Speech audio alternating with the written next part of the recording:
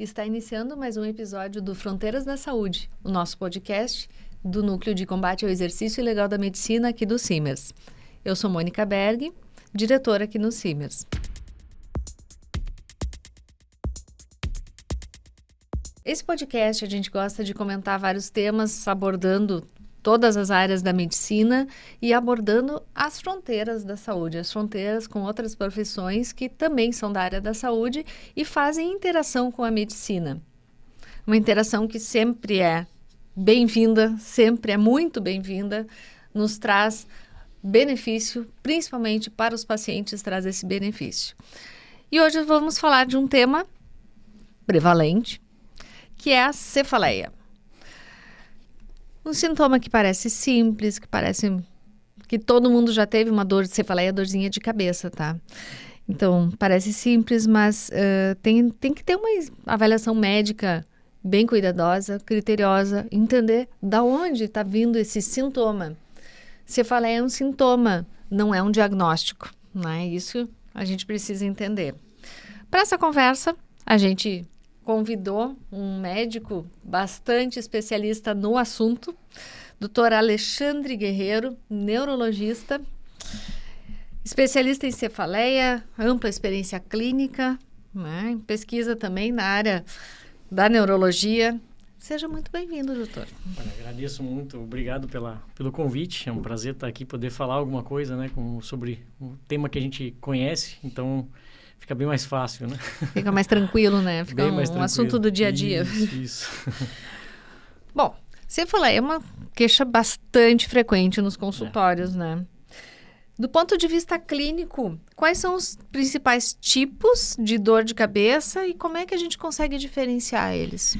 Então, assim, eu acho que o ideal é começar dividindo, como tu mesmo disse aqui no começo, né? Cefaleia é um sintoma, né? É como se eu dissesse, eu tenho febre. Bom, até aí acho que ninguém fica satisfeito com um diagnóstico do tipo febre, né? Então, o primeiro passo dentro de um contexto de cefaleia é tentar descobrir se ela é primária ou secundária, ou seja, ela vem dela mesma, ou seja, por exemplo, uma enxaqueca, uma cefaleia tensional, ou ela é sintoma de outra doença. E aí ela é chamada cefaleia secundária. Então, acho que o primeiro passo a ser trabalhado é a distinção entre uma coisa e outra. E isso importa muito que seja, vamos dizer, uma avaliação muito criteriosa, como mesmo disse, né? Quer dizer, um médico experiente ou de preferência um neurologista para poder verificar que sintomas associados a essa dor de cabeça me levam à questão, né, de uma dor de cabeça do tipo secundária ou uma cefaleia, uma dor de cabeça do tipo primária, entra na enxaqueca ou tensional, coisa assim. Porque se for secundária, você necessariamente vai precisar de recursos do tipo outras formas de fazer diagnóstico, como exames do tipo ressonância, tomografia, anjo, enfim, eletroencefalo e por aí vai. Em que momento que ela deixa de ser algo comum, se é que dá para chamar de comum, né? E passa a ser um sinal de alerta que exige uma avaliação médica, que exige algo que seja mais aprofundado de uma forma mais... Eu acho que o primeiro recado que fica é um tipo de dor de cabeça nova, né? Olha, eu nunca tinha experimentado uma dor como essa. Isso chama atenção. Fala, peraí, nunca teve dor de cabeça e agora começou a ter dor de cabeça. Então, já não é o comum. Aí, praticamente em 100% dos casos que me aparecem como uma cefaleia nova, eu vou precisar de um exame complementar. Geralmente ressonância, tomografia, enfim, vai depender depois de uma avaliação, né? Isso também importa ser especialista, porque aquele aforismo da medicina, né? Quem não sabe o que procura não interpreta o que encontra, né? Sai por aí pedindo exame à torto e à direito, daqui a pouco encontra coisas que não tem nada a ver com a dor de cabeça, mas que vão gerar mais problemas do que soluções. De qualquer forma, a primeira questão é o tempo. Quer dizer, se é uma coisa nova, será que isso aqui é uma enxaqueca? O primeiro episódio de enxaqueca da vida da pessoa. Olha, não sei, geralmente não é assim, mas se ficou diferente nesse sentido, é bom investigar depois para ver se é uma secundária. Tem vários outros sintomas, mas sintomas generalizados, por exemplo, febre, por exemplo, um pico hipertensivo muito exacerbado, um déficit neurológico associado, quer dizer, daqui a pouco tem a dor de cabeça, mas ao mesmo tempo o braço direito está meio caído, está meio estranho. Opa, necessariamente, assim, pode até parecer, levar tudo a crer que seja lá uma enxaqueca ou uma cefaleia tensional, mas assim, investigue porque tem alguma coisa a mais aí, né? Quer dizer, a gente tem até uns critérios neurológicos que não vale a pena entrar em detalhe, mas que a gente procura observar, né? Tonturas, visão dupla, enfim, uma série de outros sintomas que são necessariamente muito importantes que se levem em consideração no momento em que se vê uma dor de cabeça, né? Afastar todas essas coisas, se é uma coisa mais corriqueira e a pessoa está procurando o auxílio neurológico por uma razão mais de tratamento, porque já sabe que aquilo ali, por exemplo, já tem o diagnóstico, é uma enxaqueca, não mudou o padrão da dor, a dor continua assim, só que aumentou o volume, ou estou tendo aqui uma dificuldade, estou tendo mais dores, ou não gostaria de ter, porque nesse fim de semana eu vou ter, sei lá, um casamento, vou ter uma festa, não gostaria de, enfim, ou no período, principalmente umas dores de cabeça, principalmente enxaqueca, né, ela predomina mais em mulheres, né, quer dizer, no meu período menstrual, catamenial ali, as dores pioram, o que eu posso fazer, que tipo de estratégia, enfim, aí muda bastante no sentido de que o profissional médico, o neurologista vai te ajudar nesse sentido, né, tá? Identificar, tirando uma questão de que seja uma dor de cabeça secundária a alguma outra patologia, agora sim, agora eu tenho certeza de que se trata de uma dor de cabeça primária, ou seja, uma dor de cabeça por ela mesma. Que primária no sentido, assim, vamos dizer quase que grosso modo, porque sempre tem uma razão para existir da dor de cabeça, alguma disfunção, alguma coisinha, que daí cada uma tem a sua característica ali que pode ser trabalhada. E quais são os riscos da gente banalizar uma cefaleia e ficar tratando apenas como uma automedicação, né? Tá com uma dor de cabeça, vai lá, pega um remedinho e vai sem investigar adequadamente. Eu diria que talvez tenham dois perfis, né, de pacientes, né? Aquele paciente mais estoico, que gosta daquela coisa meio, vou aguentar aqui firme e tal. Para esse tipo de perfil, eu digo assim, olha, porque não faz muito sentido. Se você tem tratamento, tem como melhorar, por que é que você está escolhendo sofrer, né? A gente costuma, às vezes, eu costumo dizer para os pacientes, claro, dor de cabeça, enxaqueca, seja lá qual for a dor de cabeça que está se tratando, mas nenhuma delas diminui o tempo de vida, né? Não encurta, como, por exemplo, tratamento de câncer e tal, a gente sabe que pode encurtar o tempo de vida, enfim. É uma sobrevida, mas... E aí, às vezes, eu coloco para os pacientes a seguinte questão. Tudo bem, não vai te encurtar o tempo de vida, mas e que vida que é essa? Entende? Quer dizer, se você está limitando a sua própria vida, quer dizer, te chamam lá, os amigos te chamam, vai ter um churrasco, vai ter um tal, um qual... E você não vai por conta de dor de cabeça, você está perdendo vida, de certa forma. Né? Quer dizer, não vai morrer por conta disso, mas, puxa, como teria sido bem melhor... E a tendência é que nesse perfil, o tempo vai passando, a pessoa vai se tornando cada vez mais fechada dentro de si mesma, né? Quer dizer, não tem muita vida, dá a impressão de uma pessoa mais depressiva, mais carrancuda, quer dizer, uma coisa vai levando a outra, né? Aquilo vai virando uma espécie de bola de neve e é natural que não precisava disso tudo, poderia tomar um caminho um pouco melhor, né? Um pouco não, bastante melhor, que poderia resolver essa dor de cabeça, poderia ter, vamos dizer, ser muito mais sorridente, muito mais alegre, quer dizer, por conta de uma dor que você não quer tratar, porque poder pode, né? O perfil um pouco, vamos dizer, passando por um perfil não tão estoico, um perfil mais, que às vezes é um pouco exagerado também, né? Aquelas pessoas um pouco mais dramáticas, né, que às vezes fazem uma tempestade, também precisam desse apoio, porque, embora vão fazer mais visitas ao médico, que procuram realmente, às vezes, por procurar também demais, acabam encontrando médicos que às vezes dão terapias que não são bem terapias, né, ou talvez não sejam nem médicos, né. Aí vale a pena realmente, de novo, quer dizer, estar vinculado a um tratamento com algum médico específico, seja ele um clínico de confiança, ou de preferência um neurologista, porque dor de cabeça é melhor por ali, sinceramente. É isso, eu até ia falar sobre isso, do diagnóstico clínico, é um diagnóstico que o médico clínico vai fazer, sem dúvida alguma, tal. Mas a importância da anamnese e a importância de uma avaliação especializada nessa situação de cefaleia. Dor de cabeça, principalmente nas enxaquecas e tudo, assim, o diagnóstico em si, para um neurologista que já está mais ou menos habituado, não é uma coisa difícil. O tempo que você vai acabar proporcionando na consulta é mais para tentar entender o que a gente comentava um pouco aqui, a questão dos gatilhos. Os triggers, né? Por quê? Porque é exatamente por aí que você vai conseguir tratar a pessoa. Veja, quando uma dor é um sinal de alerta... tem que pensar no aspecto positivo da dor. Ninguém quer ficar tendo dor ou sofrendo, ninguém quer isso. Mas tem coisa que tem que tirar de positiva, né? Se é uma dor de cabeça secundária, eu vou descobrir qual é a causa e vou tratar, beleza. Ela está me avisando que tem alguma coisa errada. Qualquer dor que a gente tenha no corpo. É um alerta, né? A dor de cabeça do tipo enxaqueca, às vezes você não tem uma coisa tão clara. O gatilho, às vezes, é um pouco mais obscuro, né? Quer dizer, tem algum estresse aí, alguma sobrecarga afetiva, alguma sobrecarga laboral, alguma... Né, a gente fica preocupado, porque às vezes tem pessoas que você vê que, para mim, o típico é aquela pessoa ali entre os 25 e 35 anos, que está ali, trabalha, estuda e forma família, quer dizer, a gente chama um pouco a turbodécada ali, a década dos 25 ou 35, que ele tem que fazer tudo em 10 anos, ele tem que resolver todos os problemas da sua vida naquele momento porque dali para frente, os próximos 30 vão ser dependentes desses primeiros aqui. Então, e é gente que dorme pouco, é gente que se estressa bastante, porque tem 1 milhão de... Então, é tentar ajudar a adequar, porque às vezes a dor de cabeça vem e você vê que a dor de cabeça é um problema? Precisa ser tratado e tem tratamento? Tem, mas tem algumas coisas que você precisa ajudar a adequar a pessoa, né? Por exemplo, olha, eu não estou fazendo nada de atividade física, puxa vida, então, será que não tem jeito de encaixar alguma coisa? Às vezes não tem mesmo, viu? Às vezes a pessoa tem um ritmo muito, muito forte e não tem mesmo como encaixar, então... Pelo menos você tem que dar uma perspectiva. Tá, então vamos lá. Esse teu esquema louco aí que você está vivendo vai durar quanto tempo? 1 ano, 6 meses? Precisa ter tempos durante o teu dia ali, uma meia hora para, sei lá, faz uma meditação, um descanso, lê um livro. Não quer perder tempo com nada, né?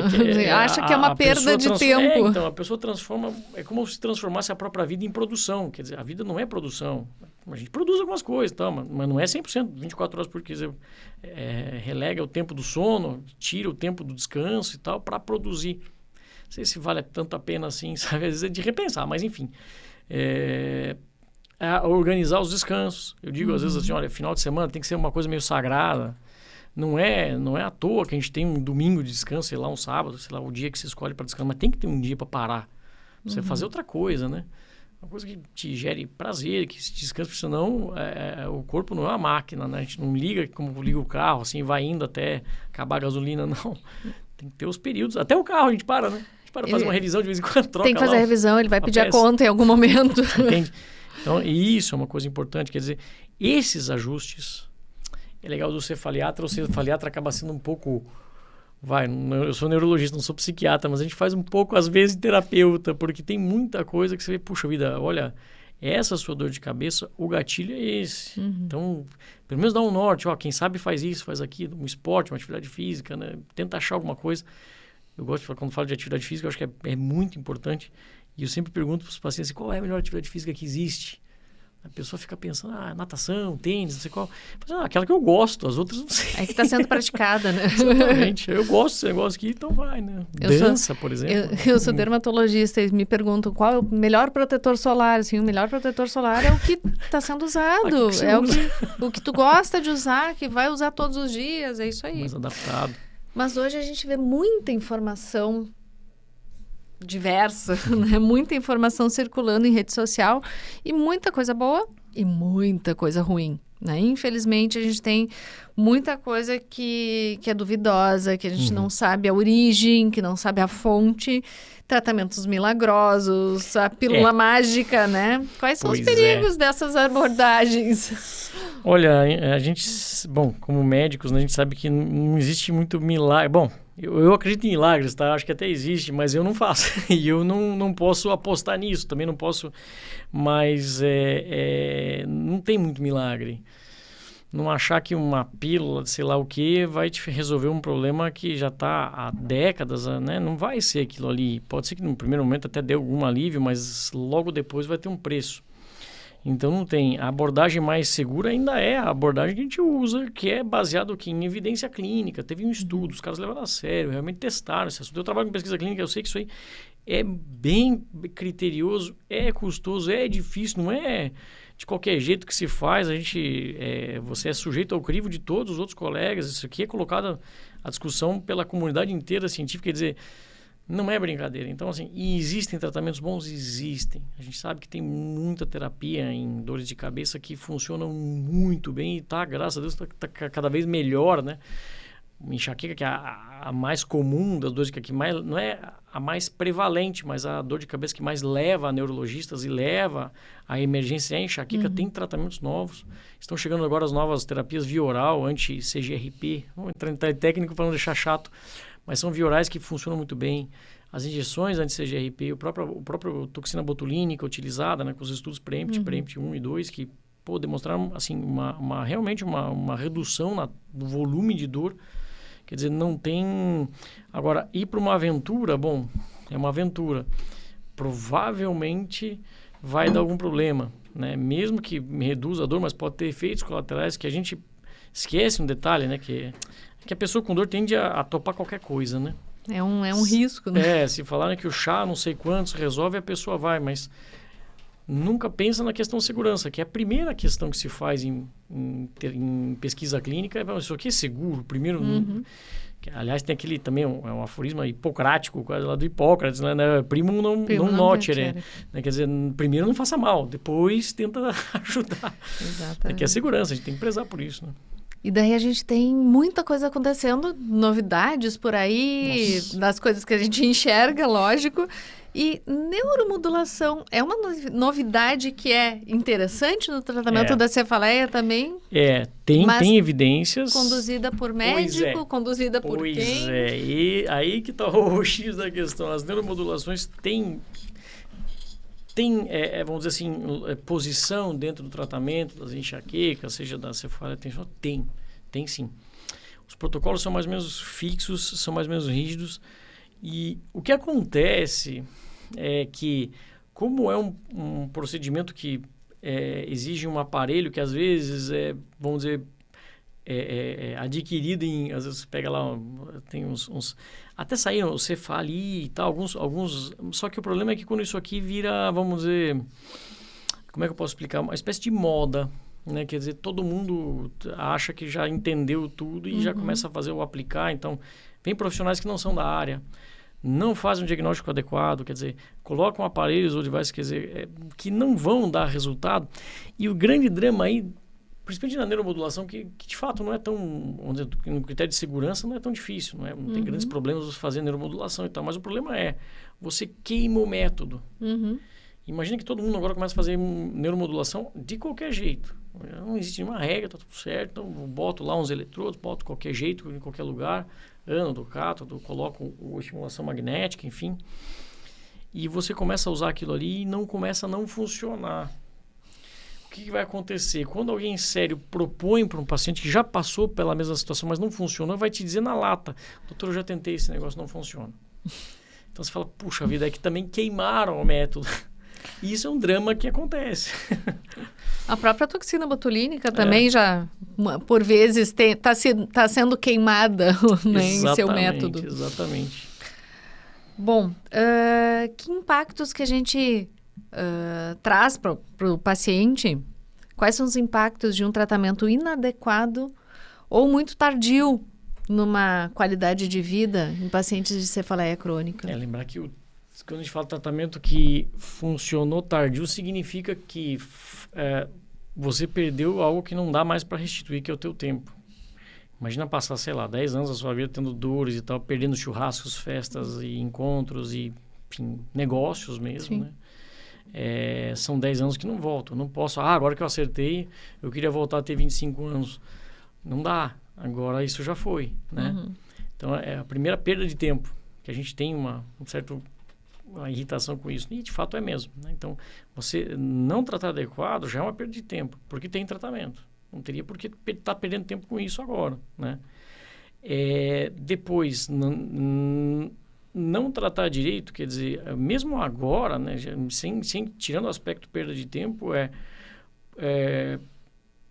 gera aquela coisa um pouco desmoralizante da coisa do tipo desistir, sabe? É o fracassado, vamos dizer assim, pô, eu já tentei, já fiz, não funciona, quer dizer, aquele perfil mais depressivo, quer dizer, não só perda de tempo para trás, mas futuramente uma espécie de desânimo que não te leva mais a tentar alguma coisa, quer dizer, é como que talvez a palavra fosse resignação, que eu não gosto, sabe, eu acho que resignação é aquela coisa do tipo, olha, não tenho o que fazer, esquece esse assunto, isso aqui, bola para frente, assim mesmo. Eu acho que, olha, checkmate em dor de cabeça um pouco não existe. Pode acontecer de ter muita dificuldade. Tem dores de cabeça, tem pacientes que realmente são muito graves nesse aspecto, né? Que é muito difícil o tratamento. Mas dizer assim, a resenhação do tipo, impossível, não. Impossível, eu acho que não. Eu dificilmente, olha, acho que eu não me lembro de ter jogado a toalha alguma vez, né? Claro que às vezes é muito duro, às vezes necessita de internação, você interna para tratar, um momento mais difícil e tal. Mas jogar a toalha quer dizer, então, perda de tempo para trás e perda de tempo para frente, que vai ser a questão da resignação, né? Você vai gerar um perfil psíquico doente, que é um doloroso crônico, né? Vai acabar vindo mais fibromialgia, aí vem vindo mais outros sintomas dolorosos, sintomas gastrointestinais, pele, começa a aparecer doenças de pele que você fala, nossa, que loucura isso, pois é. Então, quer dizer, tem todos esses fenômenos quando está tratando inadequadamente, né? De uma forma inadequada. Cefaleia, muitas vezes pode ser tratada por profissional que não é da área da medicina, né? Que era da área da saúde, não é algo tão frequente assim, mas pode acabar acontecendo. O que é o grande risco disso? Né? A gente cai, acho que de novo no que a gente está falando, é risco de você cair numa... Por exemplo, olha só, de novo queimar métodos, né? Porque você vai levar a pessoa a imaginar... Veja, quando você... A gente demora para entender isso como médico. Isso é talvez um recado mais para os médicos em si, quer dizer, quando você procura algum profissional, por exemplo, e vamos imaginar assim, olha só, eu pego um paciente que tem um trigger, um gatilho doloroso, por exemplo, muscular. Você pode indicar massoterapia, fisioterapia, um reforço muscular, postura, né? A gente costuma perder um pouco a postura. Mas, bem feito, isso aí funciona. O problema é quando a pessoa imagina que é só isso e procura um profissional que só trabalha com isso. E a dor de cabeça não melhora. Então, vem de novo aquela questão do, então nada funciona. E se vem no médico que repara que, de fato, exatamente esse é o problema, esse é um trigger a ser trabalhado, e você reorienta de novo, né, a fazer isso, o que vai vir? Pô, caramba, não... Mas já tentei, não funciona isso daí, vamos para outra coisa. Talvez a chave está no diagnóstico, então. Exato. Quer dizer, não só no diagnóstico, porque diagnóstico... Costumo dizer assim, para o neuro, o diagnóstico de enxaqueca é muito fácil, é muito rápido, você já pega. O problema não é... quer dizer, onde é que você vai... Diagnóstico amplo, que eu digo assim, diagnóstico identificando triggers, identificando... Isso, exatamente. O problema não é o diagnóstico em si, o problema é o que leva ele. Às vezes eu costumo dizer assim que enxaqueca é meio como um acidente de avião, né? Nunca é uma coisa só, é sempre um monte de... Né? Porque tudo é meio redundante ali, né, na aeronáutica, né? Quer dizer, tem...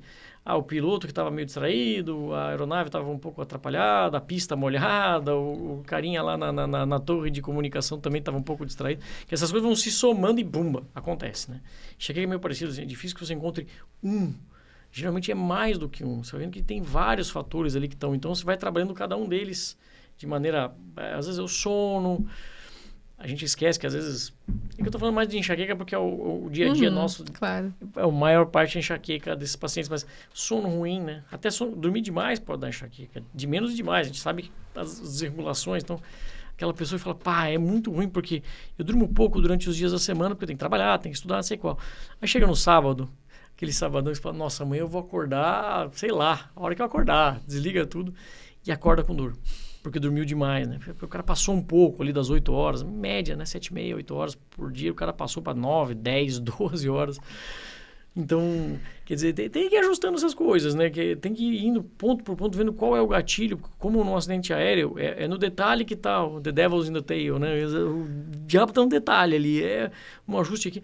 Medicações funcionam, ótimo, tem tratamento, tem tudo isso, mas se a gente não consegue abordar um pouco o todo, talvez aquele comportamento meio vicioso, aquela coisa meio errada, a falta de atividade física, um sono ruim, desregulado, não sei qual, você até melhora a dor de cabeça, mas aquilo ali vai trazer de volta todo o contexto de novo. Sim. Entendeu? Então, tem que trabalhar essa base. O remédio vai fazer a sua vez, mas a ideia eu sempre falo para meus pacientes, a gente vai entrar com remédio, e vai usar 3 meses, 4 meses, 6 meses. O plano é lá na frente, se tudo estiver correndo bem, se tu te comportar, fizer as coisas direitinho, é provável que não precise mais de nenhum tipo de medicamento e vai poder regular, devolve ao normal.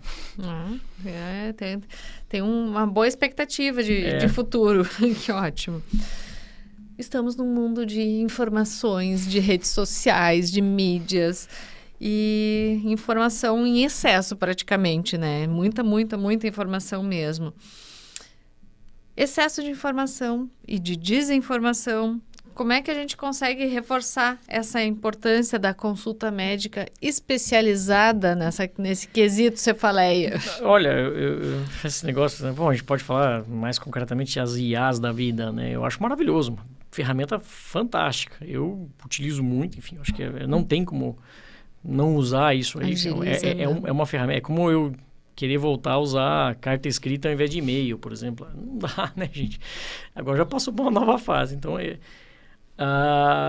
aí que vem vamos dizer, onde é que mora então, se a IA está resolvendo um pouco tudo, é porque você precisa, a gente não deixa, e a dor de cabeça em geral, né, ela é muito humana. Por mais que a IA se esforce, tem algo de humano que ela não vai ter, ela é sempre uma alimentação, né? Um banco de dados que é alimentado, maravilhoso, mas não deixa nunca de ser uma ferramenta. Né? Por mais que você se esforce, aquilo falta a coisa humana, do olhar no olho, né? Tentar entender, mas tem uma coisa que eu gosto, assim, que você, de certa forma, tem que um pouco, talvez, espero que vocês me entendam, mas é um pouco se apaixonar pelo paciente. Tem que gostar dele, puxa vida, eu quero te ajudar, entendendo bem as coisas, tá? Pelo amor de Deus. Se você não pega isso, fica muito difícil. E aí a IA te substitui. Mais ou menos fácil, porque se você virou um algoritmo, né? Agora, quando você não vira um algoritmo, quando você é humano, você põe essas coisas, o paciente percebe longe, mais ou menos consciente, às vezes mais consciente, às vezes não tão consciente, percebe, não, mas esse cara me olhou no olho, esse doutor me viu como um ser humano, não como um problema a ser resolvido, ou como um desafio a ser conquistado, enfim. Ele me olhou, ele gostou de mim, quer dizer, ele está me ajudando, eu vou me esforçar mais, porque não foi uma IA, mas foi ele que falou. Quer dizer, essa chancela, né, você assinar embaixo, eu acho que é isso aí que faz a diferença. Tem que abordar algo bem nesse sentido mesmo. De que forma que a valorização do médico, paciente valorizar esse médico, vai contribuir diretamente para a segurança e para a qualidade do atendimento ao paciente com cefaleia, né? Acho que isso tem tudo a ver com essa eu acho que é fundamental, fala, na real, né? Aquela coisa, o paciente não... isso é um recado para os médicos. Se o paciente não pega, quer dizer, tem empatia, tá? Ninguém está obrigado a gostar ou não gostar, mas pelo menos você vai fazer teu esforço, né? Pode ser que o paciente de repente não gostou da abordagem, então tudo bem. Ainda bem que temos vários, né? Exato. Você pode procurar outro, não tem problema absolutamente nenhum. A única coisa que eu quero é que você fique bem. Me procurou para isso, vamos lá. É absolutamente necessário. Então, assim, essa empatia, essa questão ela é praticamente fundamental. Né? Você aderiria a, vamos colocar assim, sei lá, por mais que seja lá, um influencer que você já não gostou na largada, achou o cara, sei lá, um pouco rude ou não sei qual, o cara pega e dá uma dica. Agora, se é uma pessoa que você gostou e dá a mesma dica, qual que você vai aderir com mais? Gostei do que ele falou, eu vou fazer o que ele falou. Né? Natural, é mais ou menos natural. Agora, não gostei da pessoa, mas a dica era boa, você pode até fazer, mas vai fazer meio que a contragosto, meio que de lado, meio querendo voltar atrás, meio duvidando. Ó, quer ver? Ó, é aquela coisa da... a coisa a profecia autorrealizável, né? Quer ver? Ó, ele tá dando essa dica, mas não gostei dele. Vou provar que ele tá errado, vou fazer exatamente o que ele falou e vou provar que não funciona. Que não funciona. Quer dizer, bom, aí você tá partindo de um pressuposto completamente engano. Você tá fazendo de birra, que nem criança, né? Quem tem criança mesmo sabe disso, vai fazer de birra, você vê, ó, desse jeito não vai dar certo. Estamos nos encaminhando para o nosso finalzinho de conversa, apesar de poder ficar horas falando aqui, né? A gente tem bastante assunto para falar. Algum recado para quem está nos ouvindo aqui, um recado para os médicos em relação ao cuidado do paciente, e um recado para o paciente, qual seria? Olha, para os médicos, o que eu diria talvez talvez nesse campo, né, da empatia, por mais que a gente está diante de um paciente, você está ali para tentar fazer com que o médico... a gente está ali para tentar... a gente é especialista em trazer saúde para as pessoas. Você se propôs a isso. Ninguém te obrigou. Você se propôs a esse negócio aí. Então, fazer bem feito isso o desafio nos próximos anos vai ser exatamente a questão humana, tá? Porque a técnica, com o advento das IAs e tal, vai ficar mais fácil, eu acho. Não sou, pelo amor de Deus, nada contra, mas é uma ferramenta maravilhosa. Mas que tanto o paciente quanto a gente mesmo vai ter acesso. A gente vai saber, melhor aqui, melhor ali, ótimo. O que vai sobrar? O humano. É olhar como uma pessoa, né? Eu costumo, às vezes, usar um exercício que eu faço pessoal, sabe? Que eu acho que é legal, que é... Às vezes tem pessoas que não nos agradam, né? O jeito, talvez, né? A gente não tem, assim, um jeito de se comportar, tal, a gente não se agrada. E dá uma vontade de... Mas uma coisa que me ajuda é pensar nessa pessoa quando ela era criança, porque criança sempre é agradável em qualquer momento. Você pode ser uma criança até meio chatinha, mas é um barato criança, né? Então eu tento imaginar, às vezes faço esse exercício, pego meus pacientes que às vezes não me agradam realmente o jeito, né? Ou fala demais, ou um pouco extrovertido demais, sei lá. Qualquer coisa que não me agrada ali, o que não... Ou é o verdadeiro, sabe, aquela pessoa chata, no fundo. Eu tento imaginar como é que ela era quando era criança, né? Fico imaginando, pô, mas é ela ainda, tá lá dentro. Né? Vamos tentar tirar, porque quem sabe ela deixou de ser um pouco, já até consegue melhorar a dor de cabeça dela. De criança, talvez ela não tinha dor de cabeça. E eu digo para os médicos um pouco, o que vai sobrar para a gente é a questão humana. Eu acho maravilhoso isso, pô, que legal, poder fazer uma coisa que a gente, na verdade, Ser humano. O que nós somos, né? Perfeito. E para os pacientes, eu diria que talvez confiar talvez um pouco mais, né? Às vezes a gente pode duvidar um pouco, mas será? Eu acho que não funciona, como a gente está falando agora há pouco, mas já tentei, não funcionou, mas quem sabe agora ele está me propondo, é o mesmo, mas é com outro profissional, de uma maneira um pouco mais adequada, talvez ele tenha razão, eu não quis aceitar, enfim, quer dizer, confiar um pouco mais. Claro, confiar naqueles que merecem confiança também, né? Porque a gente sabe que, infelizmente, vai ter profissionais que não te passam essa confiança e tal, e aí... A dica que eu daria para o paciente é, olha, não desiste, porque ele não é o primeiro, nem o último neurologista, não é a última, né, bolachinha do pacote, nem é a primeira. Quer dizer, tem muitos por aí, né? E graças a Deus a gente tem um pouco mais de acesso hoje em dia, né? Se você pensar, sei lá, 30, 40 anos atrás, para conseguir um neurologista era, sei lá, era difícil. Mas hoje em dia já temos um pouco mais de acesso, ainda bem, né? Que bom, que ótimo. Enfim, caminhando para o nosso finzinho aqui, vou te apresentar um quadro que nós temos aqui no nosso Fronteiras da Saúde, que nós temos uma troca de informações boas, de qualidade, mas de literatura. Opa, Então, maravilhoso. Nesse nosso quadro, a gente pede a dica, mais uma dica aqui, só que uma dica de livro, de literatura. Ótimo. Para a gente poder passar para nossos ouvintes aqui e... Olha, sobre literatura a gente podia ficar aqui umas 10, 12 horas, eu adoraria. Olha, é muito bom até dentro do contexto de tratamento dos pacientes. Pode ser enxaqueca, pode ser dor de cabeça, seja lá o tratamento que for de literatura, independente disso, né? E é algo que nos enriquece de uma maneira formidável, né? Porque faz com que a gente viva uma situação dentro daquele livro, daquela literatura, e que eu não vivo ela pessoalmente, né? Eu vivo como uma fantasia. Isso me gera uma espécie de conhecimento das coisas e me protege de acontecer coisas semelhantes no futuro. Quer dizer, uma das funções, né? Literatura tem dezenas de funções, mas em literatura eu sempre dou a dica dos clássicos. Porque a gente sabe, né? Se eu for tentar ler tudo que está sendo produzido só no ano 2026, Nossa, eu vou levar talvez uns 40 anos. Não vou ler tudo que foi escrito. Não tem como, né? Então... E os clássicos já passaram por essa prova do tempo, né? Você pega, sei lá, por exemplo, eu sou muito fã de literatura russa do final do século XIX, início do Dostoiévski, Tolstói, Solzhenitsyn. Ali não tem erro. Olha, qualquer um que você pegar, pega esses dois, pegar Tolstói e Dostoiévski ali, pô, Irmãos Karamazov, meu Deus do céu, que livro. Ana Karenina. Que isso, aquilo ali é maravilhoso, né? Maravilhoso, cada um desses livros. Literatura brasileira, eu gosto muito, né? Já li muito Machadão, mas eu gosto do Guimarães Rosa. Aliás, era médico, nosso colega aí, né? Só que a gente acaba que Guimarães Rosa, a gente toma contato quando vai fazer o vestibular, que daí cai lá no livro do vestibular e eles pedem pra gente ler aquilo ali. Guimarães não se lê, não comece pelo Grande Sertão Veredas. A dica que eu daria era pega a Sagarana ou Primeiras Histórias e o último conto, a última história que você vai ler, né, antes de começar o Grande Sertão Veredas, é A Hora e a Vez de Augusto Matraga. Esse, assim, é maravilhoso. Em Augusto Esteves, quem tiver oportunidade, quiserem discutir, é maravilhoso. É longe a lista aqui. Então, aí você entra no mundo do Guimarães. Você entende o jeito, porque Grande Sertão Veredas, na hora que você entrar nele, não tem capítulo, não tem nada. É uma conversa, como nós estamos fazendo aqui. Vou contando uma história, o negócio vai indo, e Riobaldo Tatarana para cima, para baixo, de Adorim, não sei qual. Então, se você entra naquele mundo ali, você vai entender que o Grande Sertão Veredas somos nós. Esse Grande Sertão sou eu. Enfim. Que joia, que legal.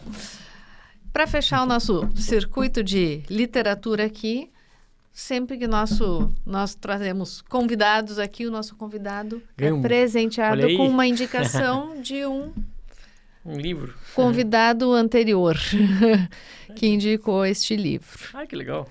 Assim fechamos esse nosso circuito, inclusive mudando um pouquinho o perfil da literatura que a gente está acostumado a ler, né? A gente vai por outras indicações também. Perfeito. Nossa, doutor Alexandre, agradeço bastante a tua presença aqui. Acho que foi um momento muito legal da gente trocar alguma ideia sobre cefaleia, enxaqueca e essa dificuldade para algumas pessoas, e que bom e que ótimo que tratamentos existem e estão evoluindo, né? E sempre estão evoluindo. Pesquisa não para, né? Pesquisa não para. Maravilhoso. Eu sou entusiasta desse negócio, mas enfim. Exatamente. Muito obrigada. Muito obrigado. E a você, acompanhe nossos episódios no nosso canal do Simers, Fronteiras da Saúde, nosso podcast que tem episódios semanais.